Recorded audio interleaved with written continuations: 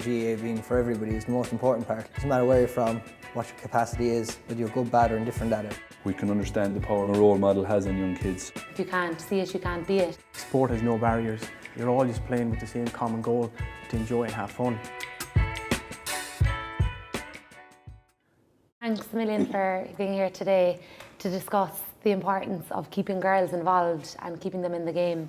It's a really important topic. I'm sure you've all heard about it. And I suppose the main goal is to identify what actually are the barriers. Why are girls dropping out? We hear the research, 1 in 2 girls, by the age of 13, that transition between primary school and secondary school, 50% dropout rate. That's 1 in 2 girls. So I suppose really what today is just about investigating those barriers and coming up with possible solutions, practical solutions to help alleviate, I suppose, that massive dropout rate as well.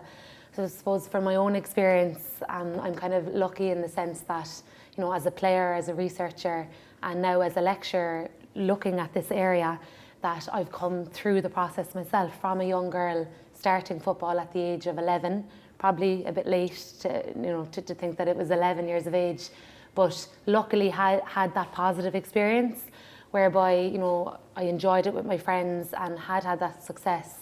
However, I've also experienced firsthand some of my own friends dropping out of sport and always wondered and pondered, why was I the one who stayed on and why were my friends dropping out of sport? And I suppose that led me to kind of delve into it more and actually want to understand, okay, why are girls dropping out? So I'm going to open it up and I want to know your thoughts before I even kind of share my own research. Like, what do you think is in the way? What's the block? What's the barrier? There's an array of reasons and it's very different for every young girl growing up. Environmental, factors, you have family factors, you have motivation factors, there's loads of different factors. But I suppose based on maybe your own experience or your own opinions or insights, what do you think is the main barrier that's in the way, that's maybe stopping girls from staying involved in sport?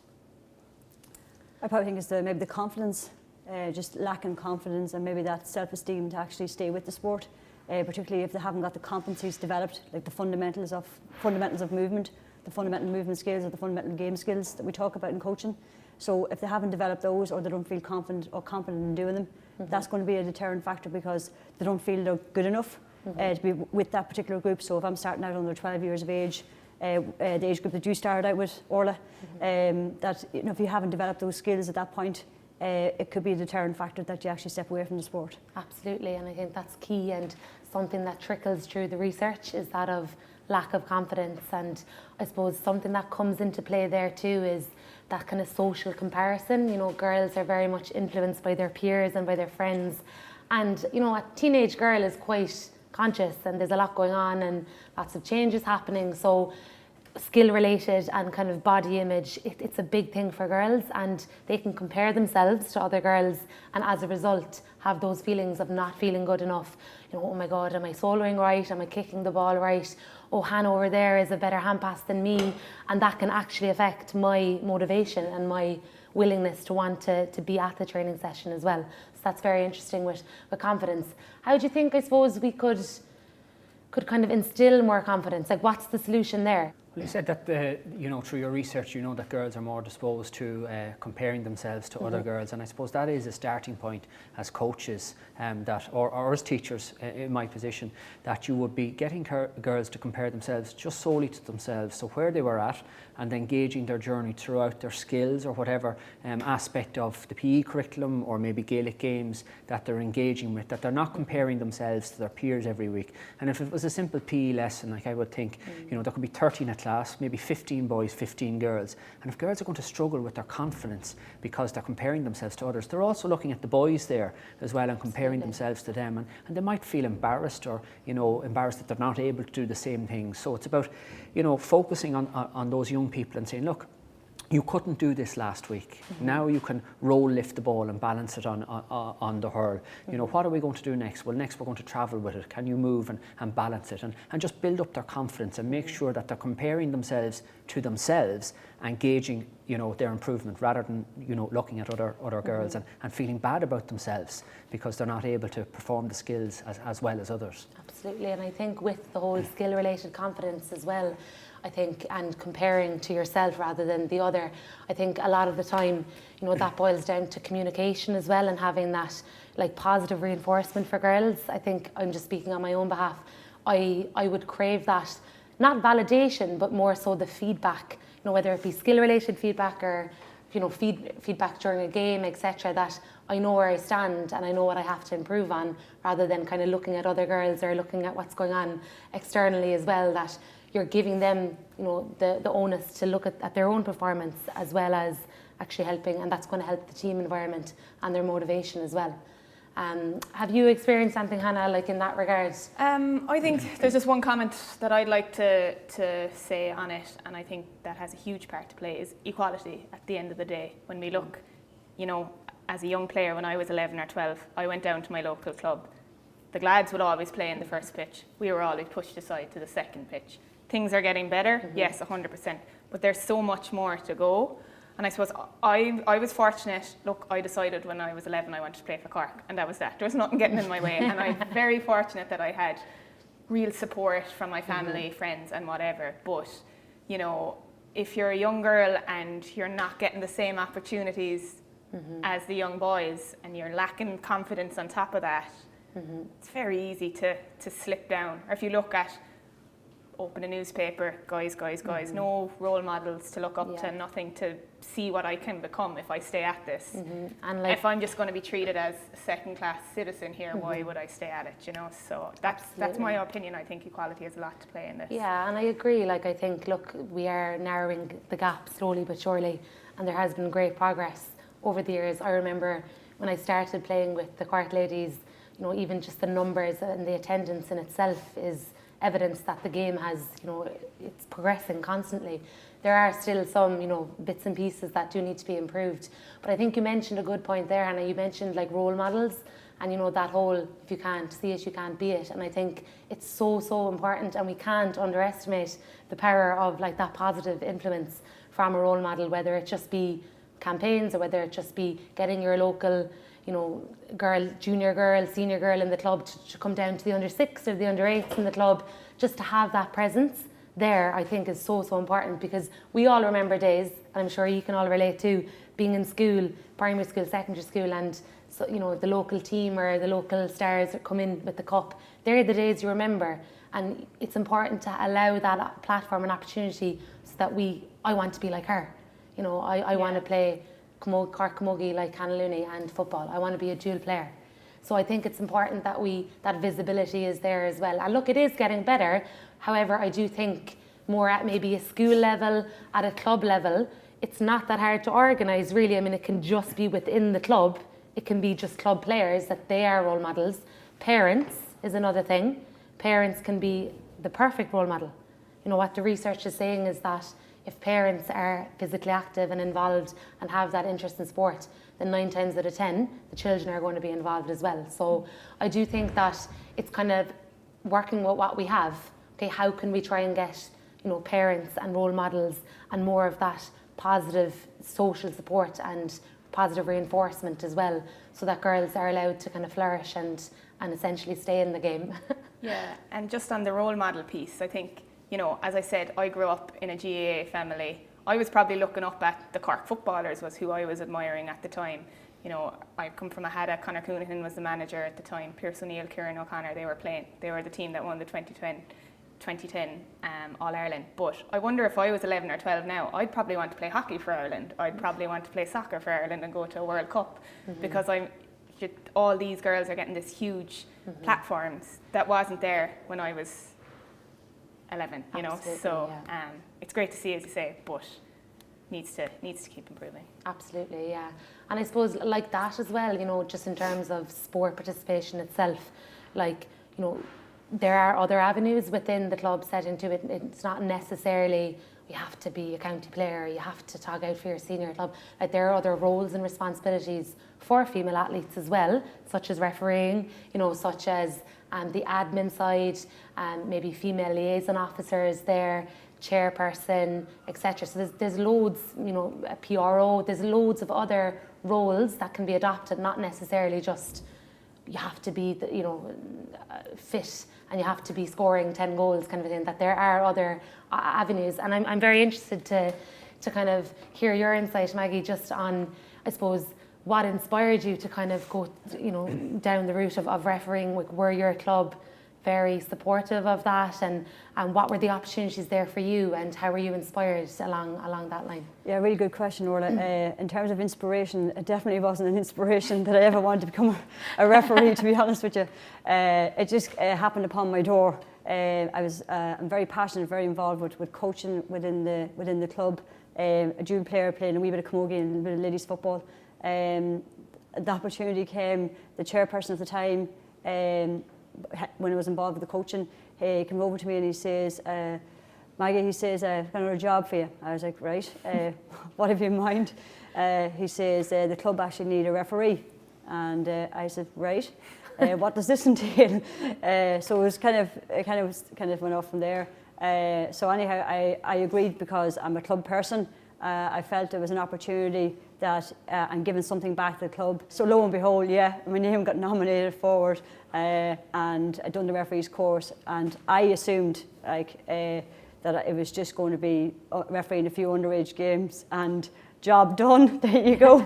Continued to referee. So after the season, you know, the couple of seasons we ever finished up in terms of underage, so I progressed then from refereeing underage into reserve games, into obviously a Division 1 games, league, junior B championship or junior championship, and then into adult senior championship. Isn't it amazing how just that, you know, one opportunity sometimes, whether it be from a coach, from, you know, somebody in the club, a parent, that like changed your life essentially. Yeah, you know, and asked me one question and it was just like, it was either a yes or no answer type thing, and it was, okay, I've said yes now, so I'm really going to have to do this. Well, now I suppose that like you are such a renowned ref as well, and like David as well, like, you know, being a female referee at such a high level as well, that like that representation and that positive role modelling as well, like the impact that's going to make on the younger generation as well, and essentially will inspire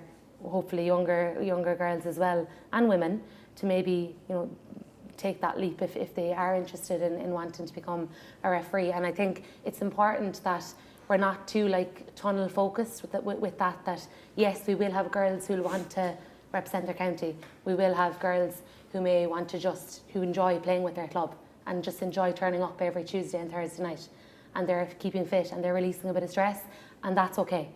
We will have girls who may want to look at other avenues, such as admin or such as refereeing as well. So it's about opening up those opportunities in the clubs as well, and providing that platform so that girls have a choice, and you're giving them almost like a voice and a choice, which is so important in terms of keeping the engagement for girls as well. I suppose something that kind of, you know, it's talked about a lot in terms of that transition from kind of primary school to secondary school.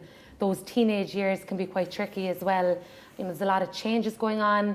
That challenge, I suppose, of kind of hitting puberty as well, particularly from the female athlete side of things as well. So I think really it's, you know, yes, the menstrual cycle is there and it can affect, you know, participation, and that can be a massive barrier for girls as well. That fear of, oh my God, I'm on my period, and, you know, maybe there might be a leakage, etc. And I just think there's still that stigma. I don't know if you agree. I think that stigma is attached to the menstrual cycle, and I don't think coaches or parents or even the girls themselves are aware of the impacts that can have on their performance and their participation and their motivation to actually want to keep staying involved. I see it as a PE teacher, you know, girls are kind of, I can't take part today, miss, or, you know, they'd have the note and, oh, I don't think I'm going to turn up to train now because my period has come, but it's not talked about enough. And I suppose 9 times out of 10, it's the male perspective when it's the coach, you know, coaches are males 9 times out of 10, and we kind of have that, is it a secret kind of a thing? Where do we go from there in the sense that it's a natural part of a woman's life, it's part and parcel of the sporting, you know, performance and participation as well. So what are your thoughts on that, in the sense of how do you think it's a barrier for girls? It's something certainly that I think needs to be talked about more, and I'm coming from a personal experience, having taught in an all-boys school for almost 15 years to becoming principal of a mixed school. And I can remember going to 6th class swimming. It was my first time as principal. I said I'd show my face now up at the pool, and there was a stream of girls sitting on the bench at the side, and girls, why aren't you in the pool? Oh, we're not swimming today. Now, whether that was partly because of the menstrual cycle or because of body image, I don't know. But it was something that I wasn't aware of. And I said, but you also should be swimming. This is part of your curriculum. It's aquatics this month. You don't have a choice. We need to have you in the pool next week. And of course, I would never have thought that there might have been a body image or issue, or that there might have been an issue with menstrual cycle. And it needs to open up a greater conversation, and it is men who needs to be aware of this conversation, because you all know about it and you're all comfortable talking about it among one another, but maybe we're not, and we're not as exposed to it. So with greater conversation comes greater education and a greater understanding of what is going on for young people. And it was certainly an eye-opener for me, and something that I never thought I was going to encounter. But now I'm more cognizant of it, and I'm more careful about what I say to the girls in relation to playing for PE or going to swimming, and how I approach the subject with them. Absolutely, yeah. And I think it's, like you said, it's about embracing that. Like, it's part and parcel of a woman's life, a young girl's life. And it's how, I suppose, how do you normalise it and break that stigma? But also, you know, in terms of solutions, like, what can we do to try and break that stigma? What could we do at a club level? Do we think that would actually help with kind of breaking that stigma as well?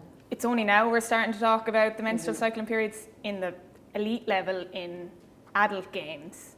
So, of course, how are younger generations supposed to know more when we don't even know more ourselves? Absolutely. Like, personally, I've only started recently tracking my cycle to my training, and I can tell you now, month in, month out, when's going to be a good training day, when's not going to be a good training day. And, you know, there's so minimal research done on women athletes in general. So we need to get the research done. We need to get it instilled in, I think, our adult levels at first, the importance of it.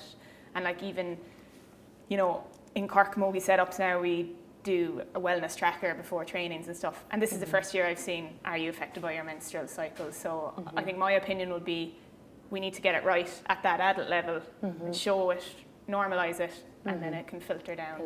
Yeah. And I think it's just becoming autonomous and actually educating young girls on, okay, it's your body, you need to listen to your body, you know, perhaps track your own cycle. How does it affect you? Because it's very different for everyone. Yeah. How does it affect you, you know, on the different stages, and what can you do to get ahead of the game, essentially, in optimizing your performance when you know, okay, next Saturday is the quarter-final of the club county. I know that's day one of my period, but what can I do as a young girl?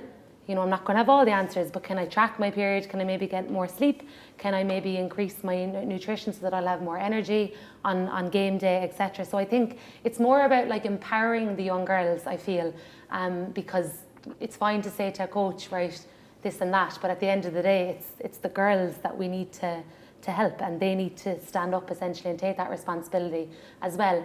And I think just small changes, like I know, even with us, Hannah, over the years with Cork Ladies, like even just providing period products such as like tampons, pads, just having them there as a spare and normalising it, like, rather than kind of saying, I remember when I first started playing with Cork, and it was like, do you have a tampon there? Like, kind of hiding it like up your sleeve, and as if it was like a shameful thing, and as if, oh my God, like I can't tell anybody that I'm on my period. I shouldn't be worrying about that when I'm going out playing an All-Ireland final in Grove Park. Yeah. That's the last thing that should be on my mind. Yeah. So I think that actually by making it accessible and by providing things like the period products and obviously education about maybe nutrition and periods, etc. But another thing, right, simple solution, right, is that of just shorts.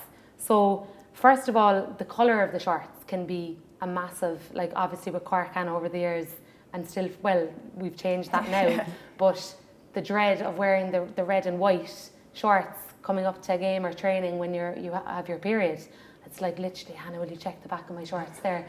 Just, again, it's something that can be eliminated by simply changing the colour of the shorts as well. I know Cork last year was the first year we adopted with black shorts last year, and they're navy this year, and red. And like, how do you feel about that, Hannah? Like, how do you feel about? Are you more comfortable? I suppose the first thing I want to say about the shorts, I think, is it's great from what it's doing for talking about women in health and menstruation. But I do say it irked me a small bit, because I saw, this is great, this made the news, black shorts, brilliant. And then you saw these men presenters on sports shows saying, right, we must talk about women in sport. Oh, I saw the shorts in the media. Let's talk about a few minutes they had.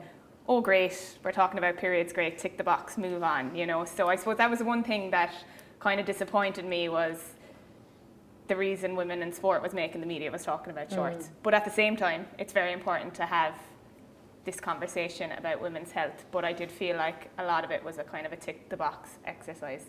How it makes me feel on the pitch, it's a no-brainer. Like, it's just, as you know yourself, the white shorts, the drama, trying to find suitable underwear, trying to find suitable undershorts, it just takes that stress out of it. And that's what we need for young girls playing. Absolutely, remove the stressors, you know. So no, I agree. And I suppose even just in terms of the shorts as well, it could be something simple as just the actual design of the shorts. And like that, again, that's very topical at the moment. It shouldn't have to take the changing of colour of shorts for us to be having these conversations as well. But I suppose something that's kind of noticed lately is the design of the shorts, that they're not really like helpful in the sense suitable for women's shape of body. So the majority of shorts are designed for men, essentially. And it has to do with the bands as well.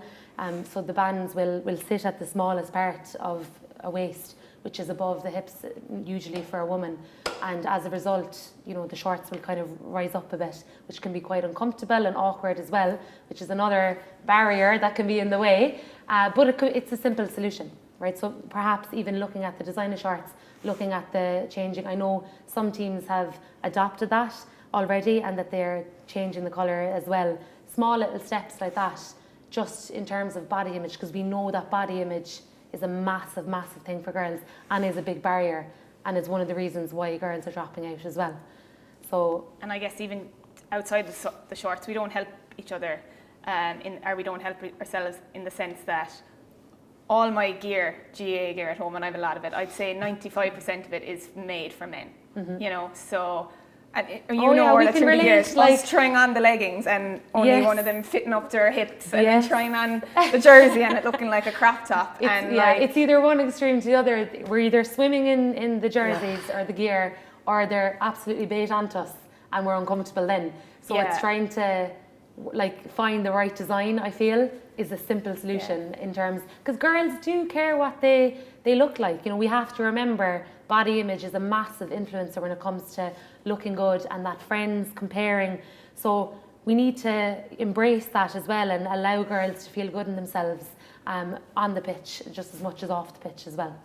I think with the ladies' sport being so much the fore and growing in Ireland over the past decade, that you would think that these sporting companies that produce the clothes, there's a massive market there for them, for young people. How have they not really embraced this, or been made aware of, or are not changing as a result of these type of conversations? Like, if there are women and children all over the country crying out for these shorts and these jerseys, how has it not changed? I mean, what's stopping it changing? And there's a huge market there, and I think from my point of view, it's really interesting. This is the first time I've ever heard anything about the shape of women's shorts or jerseys, and there's a huge market out there for jerseys and shorts for women, because I suppose in Ireland in the last 10 years, the last decade, there's been a huge growth in lady sport, not just within the GAA, but in all sports. And if that market is there and there's that desire for a need for change, surely these types of conversations are going to be the catalyst to make that happen, because if the desire is there and the market is there, the change should be happening naturally. But I suppose just to add to that, there is not just the kit that, you know, the girls actually have to fit into or play in, but it's also the facilities that we're in terms of changing rooms. Like, you know, so what's accessible, like, you know, to us as females going into changing rooms. Like, you know, nowadays, like, you know, young girls like to feel good about themselves, want to look good when they're playing their sport. You know, is there mirrors provided? Is there a basic as toilet roll available? Does the toilets even flush? Do they have actually provisions to even get changed in? Like, you know, so these are all the kind of key questions that we probably need to ask ourselves from a club perspective.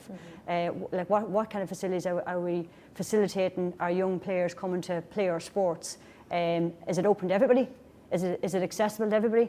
And how does people feel within that dressing room? Like, you know, is it like something you'd see back in the 1900s, or if it's something that's modern and it's friendly, user-friendly to everybody that uses those facilities, you know, from our senior men's right down to our bumblebees or whoever it is at under sixes, you know, so it's making it accessible and welcoming for everybody to come. Yeah, and that's a good point. And I think, you know, even on that point of feeling good, when we look at the research and we ask young girls, why are you involved? Like, the number one motivator is feeling good and having fun with my friends. And like, we have to keep thinking of that. Yes, we're going to have the percentage that will go on and want to be elite athletes, but the majority, you know, will be there for participation as well, and we need to meet their needs, and we need to think, how can we make the environment more fun, more inclusive, but also have the competitive side. This is kind of a debate that it's like a massive barrier in the research, even from my own PhD research, is when I ask the young girls, okay, why are you dropping out? You know, what's getting in the way? What are the blocks there?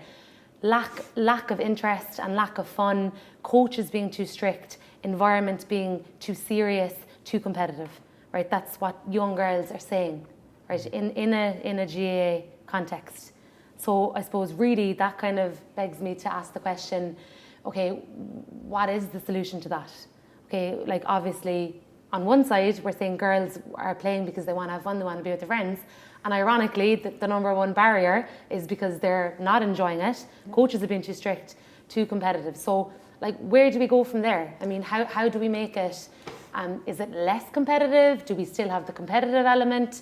How do we try and, I suppose, get the balance there? Merge the two together. Yeah. We all have different reasons for probably getting involved in a sport. Like, you know, as you previously mentioned, Orla, like, you know, it's for the fun, a bit of crack. You know, some of us that's a little bit more maybe competitive really wanted to play at a high level or perform at a very high level.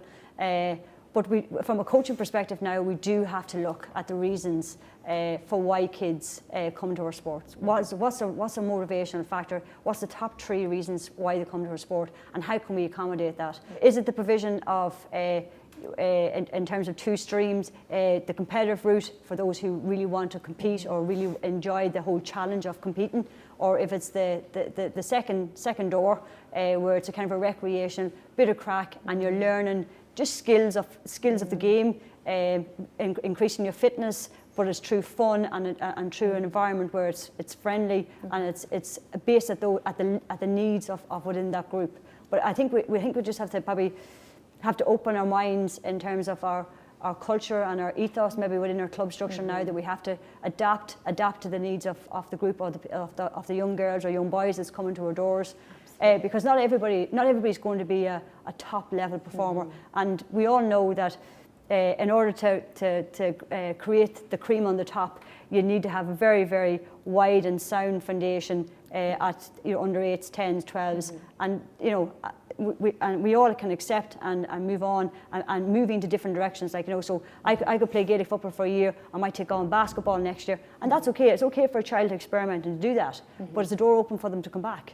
Absolutely. And is it accessible for me to come back and say, yeah, I tried basketball for a year, I enjoyed it, but I really want to play Gaelic football, so how can I be accommodated? So again, it's the accommodation part of it as well. Yeah. I think you've made a great point there. We know that a very small number of children thrive in competitive environments, but the larger number of children thrive in cooperative environments. So the competitive children will always be accommodated for in their clubs with the league structures, the championship and training sessions. But what happens to the broader base of children? Are they being accommodated for in the club, and how do we make it available to them? What are they coming to do? They're coming to play and they're coming to socialise. And they're the 2 key elements for most children going into Gaelic games. And we need to provide, all right, the competitive structure for those children who are always going to thrive in that. But maybe we need a Friday night where the girls come down and they just pick 2 teams among themselves, like we would have done on the field years ago. And, you know, if one team is beating the other by too much, we swap it around and we make it easy. And we come in and we have a slice of pizza or something afterwards, and there's socialisation. that keeps them involved. It's not all about the league and winning the cup and the championship. We need to keep the bigger number of children and young girls in particular involved by socialisation and having fun. Yeah, and I think that's a great point, because I think it's really important to note that fun is a very broad term and it means different things. And for a young girl, like, fun could literally be just wearing your club or county gear. It could mean having the chats with the girls in the bus. Sure, the crack we would have over the years on the bus going up and down to games. We could tell too many stories. And it could also mean challenging yourself. Yeah. You know, it could mean working on your frees, working on your scoring, working on your blocking. It could also mean just smiling coming out of the training session. Like, it's a very broad term, but it's about finding that balance, and that's where the coach comes in as well. You know, they have to ask the girls, like, that communication has to be there. It has to be a needs-driven approach. Are you enjoying the training sessions? If not, what are you not enjoying, and how can we change that? Sometimes it's just simple, basic communication that can actually go a long way. Yeah. And can I just add to that there as well, Orla? Some coaches think that by playing a couple or organising a couple of fun games that the session's fun. That's so wrong. No. You know, it's... Sure, like we over the years, Hannah, the hardest sessions that we would have done with Cork ladies, like, they would have been very, very challenging and really hard, and we'd be bait coming out of it. But then we had fun. Of volleyball then we'd play a game of volleyball, and we'd go off and we'd be handball or something. Yeah, flying it, and we're in great form, and it's that feel-good environment. Like, players, young girls particularly, will remember how the session made them feel, rather than, okay, we did X, Y, and Z. Yeah, the content obviously is important, and the skill execution is important, but it's more, I'm leaving the training session with a smile on my face, therefore I think she's going to come back to the next training session, and that's your job, essentially. And from a parental perspective, you know, your job obviously would be that encouragement to try, you know, courage and confidence to keep trying if you're not getting your game, which is another reason why girls are dropping out. As a club, what can we do there? Maybe we can provide, like, challenge games whereby all girls are getting a chance. You know, it's a two-way thing, even a three-way thing. I always say it's like parents, coaches, and the girls. It's like a triangle. Can I ask, Orla, do you think, I totally agree with everything that's been said, but do you think will the elite, or the kids that are going to play inter-county, or the kids that are going to succeed, will they suffer if we're opening the environment to making it more inclusive as such? Yeah. Or what do you think on that? That's a very good point, Anna. And I think it's about, like, kind of differentiation as well. Like, you do have to challenge, you know, those who are maybe on the verge of, like, getting to county level or whatever at the same time, and that's the challenge. At the same time, you know, maybe having to simplify certain things, but also try and encourage maybe, you know, the less well-able kind of kids or whatever that are struggling, maybe kids that are struggling with skill, etc., motivation. It's trying to bridge the gap there as well. So I think it's about getting to know your team and your players. Like, everybody has a different personality as well, and you do have to differentiate. Like, you do have to know your players, and if you know your players, then you're going to know, okay, this approach works for her, and maybe I need to give her way more encouragement. Maybe I need to just leave you at it. Maybe I need, like, it's about getting to know that dynamic. It is really hard, and there's no one size fits all. So you do adapting even your session maybe as well. You know, like, you know, in terms of how you would adapt your session to be more inclusive, like, you know, so it could be like, you know, that some games or some activities that everybody can partake in it, but then maybe the less able or the less confident, you know, are playing maybe a different game parallel to what you're doing. Like, you know, so if I'm a stronger player, well, I'm doing something that's a little bit more challenging for me, but as a coach then, I'm also setting up something that's a little bit something similar, but it's got different maybe constraints. Yeah, trial and error, and it's about taking those risks and going out of your comfort zone as well as a coach. As a coach, yeah. Just to see what works. Like, because what might work really well for my girls mightn't work well for your girls in your training session as well. So there are different approaches that you need to take as well. I suppose another thing that kind of pops up in the research in the sense of why are you dropping out, or what are the blocks that are in the way for young girls, is that of time constraints. I'm sure, Hannah, you'll be able to relate to this. But I suppose just, you know, too busy doing other things, and I guess that comes with the whole environmental changes as well, going from primary school into secondary school. All of a sudden girls are exposed to, you know, loads of study, homework, new friends, some of the friends that they would have had been best friends with in primary school have now moved on to other schools as well. So it's a whole new environmental dynamic, social dynamic. Obviously you've hormones and puberty and all of that as well. So it can be whoa, as well as time to study and time to meet your friends and time to do X, Y, and Z. So I suppose, what are the main kind of, I suppose, solutions there? Like, it's very hard to pick one solution that it's like, you have to do it this way. But I suppose, what are your experiences, even Hannah, for you? Like, obviously you're a dual star with Cork over the years, playing football in Camogie, and you know, you're working. I know obviously throughout college you would have had loads of eggs in the one basket, essentially, loads of perceived pressures, Yeah. you know, pulling on you, and obviously other sports. You know, so I'd say at one stage you might have could have been playing with about 6 or 7 teams. Yeah. You know, how did you manage that, and what's the lesson, I suppose, what's the advice that we could give to younger girls or parents or coaches to help, I suppose, balance those demands? Yeah, and I think the biggest thing I take from trying to juggle everything is the skills I've learned from sport has helped me in my career, my school, my studies. It has brought me on leaps and bounds and made me how successful I am in that aspect of my life. And I suppose on that topic, something that really disappoints me is when you see girls getting to maybe their junior cert or their leaving cert year and they're giving up because they need to study.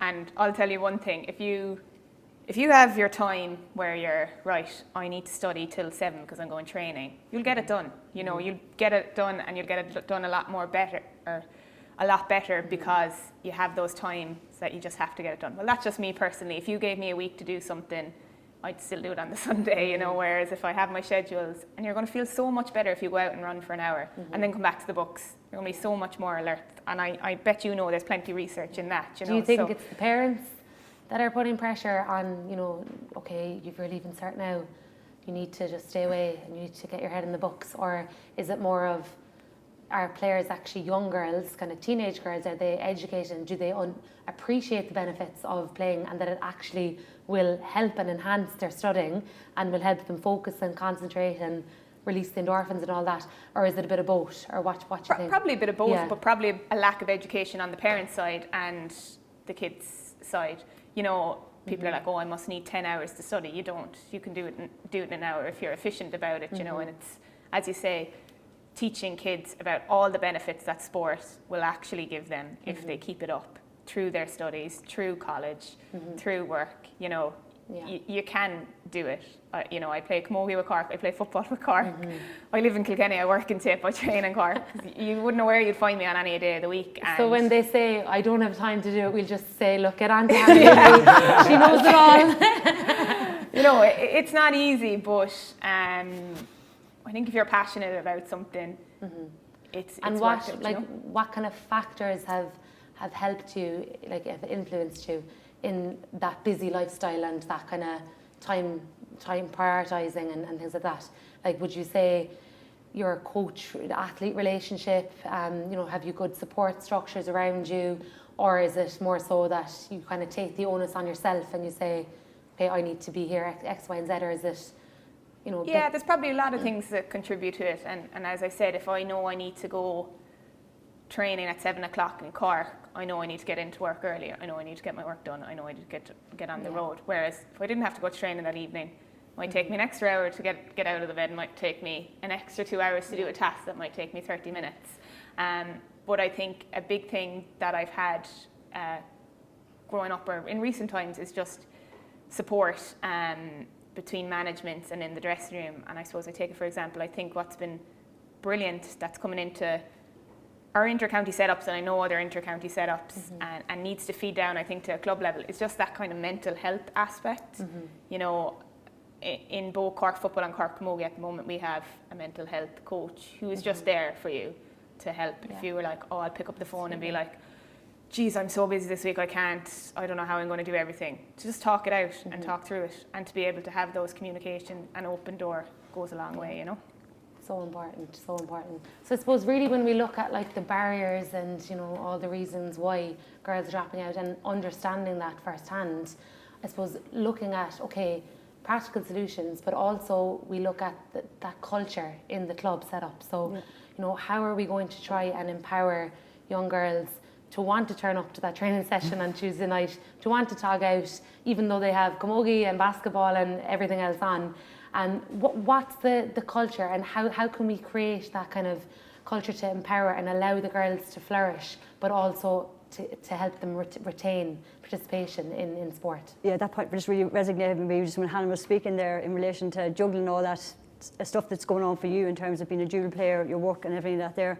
I suppose something that that I like to do with any of the underage teams that I'm sort of overseeing or helping to coach, I get them to sort of come up with their own rules in terms of, you know, what's acceptable, you know, for them to do or be part of. So it gives them a wee bit of more empowerment within the training session. So they might get to choose maybe their warm up. They could be the captain for the day. It could be that they actually take a fun game, that they actually run a session, completely run a session. But they also provide us then with the guidelines that they're, so they set out the rules for not just themselves, but as for the coach as well. So if I'm 15 years of age and I'm studying, or 16 years of age and I'm studying for my junior cert, how often should I be at training? The girls decide that, or the lads decide that. So again, it's a communication piece with the coach, with the parent. So you spoke about earlier on in relation to that triangular model. And I think that has to come into play here massively, so it does in terms of, because at the end of the day, the kid's not going to be able to go to training unless the parent or the guardian drops them off at training. So you have to have that open communication then with the parent and whatnot. But I think it's given the ownership to the group. So they write out the contract then for the year in terms of what's accepted behaviour in terms of the coach. So they write out the rules. So every girl has to get a game, for example, that they get to decide a fun game every training session. They run their own session at least maybe every 2 weeks or whatever it is, and they get to sort of take ownership there. You're giving them a voice and a choice, essentially. And I think based on the research as well, like by that autonomy, by having that autonomy and feeling that you're contributing to, you know, that sense of belonging, and you're making your own rules, essentially, that they actually respect you more as a coach, and you back each other more, and then that's going to affect and enhance motivation intrinsically, so that they're deciding. So that's power in itself, that they're deciding. So if something goes wrong, they can always go back to that guideline or the checklist. That contract is on the wall, and again, you don't have to word it in that way, but it's kind of like it's a mini contract. They write the rules for the group, but they also write the rules for the coach. And the coach obviously contribute then to, okay, well, I agree with that rule, or can we change this rule maybe to be more adaptable or whatever. Everybody signs a contract, and that's what it is. That's the print for the year. If anybody, you know, then there's consequences then of that then. So if somebody does whatever it is that's not acceptable within the group, you know, like, so if somebody's been dismissive of somebody, disrespectful to somebody, you have something to fall back on as well. And because again, if somebody's been mean to somebody at training, more than likely people's going to drop out of training as well. You know, if there's cliques being formed, or if there's, you know, bad behaviour, or people being disrespectful. That's all part of the culture, and that will all build up, and then all of a sudden that's negativity creeping into the culture. So it's so important.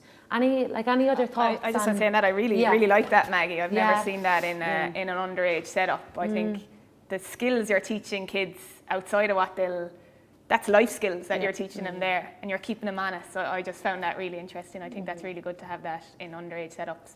Yeah, well, it keeps, from a coaching perspective, I think it keeps us right, because essentially they're writing the rules of how the coaching session operates. So you're giving them empowerment, yes. You're giving them a lot of life skills, of course. You're also building that cohesiveness, the connectiveness, mutual respect. It's not like a coach down. No, it's not authoritative. No, it's very much. We're at the same level here, and it's our coaching session. It's not the club's coaching session. It's not the coach's coaching session. It's our under 15s, under 16 coaching session, and this is how we roll. Yeah, it's collaborative. A great point, because so for young people, maybe young girls, if you're talking culture to them, it can be such a lofty idea. They don't really get, you know, what is a culture, or how a culture is created, or how to drive it. And that example is a real tangible, you know, kind of example of how you can bring it back down to their level. You know, you're having a chat with them. There doesn't always need to be consensus. The consensus, lack of it, maybe promotes discussion. You come out with the contract, and you have their values and their good behaviour. And with good values, good behaviour drives a good culture. And that's just a fantastic example of how to do it in a very simple setting. Yeah, and it's quite enjoyable. Like, it's something that you could do at the very beginning of the year. Get them in wee groups, get them thinking about, what's the rules? What do you expect? What's your expectations for the year? So what do you expect to get from the end of this year? Is it that, that we actually go out and we maybe go to the beach for the day? That could be the biggest expectation of the year. Which is important too, because you have the social interaction. Absolutely. It mightn't be to win an under-16 title. That could be the last thing on their minds. Like, it could be just like, okay, well, have we got permission to go to at least one local disco? Yeah. Do you know? Like, but they define then, like we were saying earlier, about what success means as well.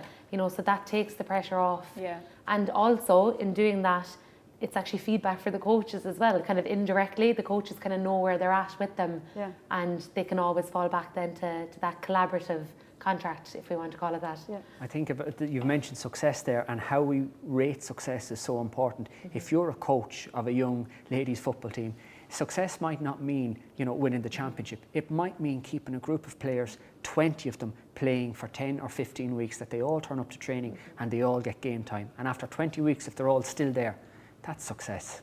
Surely that's success. And I'll always remember on that point, David Goff, I think Mary O'Connor has a brilliant saying. She says, everyone has their own Everest. Like, okay, my Everest might be winning an All-Ireland with Cork, but as you say, someone else's Everest might be going down to the train and having the crack and going for that slice of pizza after. So, it's how do we get everyone going for their goal, and what success means to everyone is different, So thanks so much for having this conversation. I really, really enjoyed it, and it's great to be able to, have these conversations and make that positive change and impact with the hope of keeping girls in the game. Thanks so much. Thank you.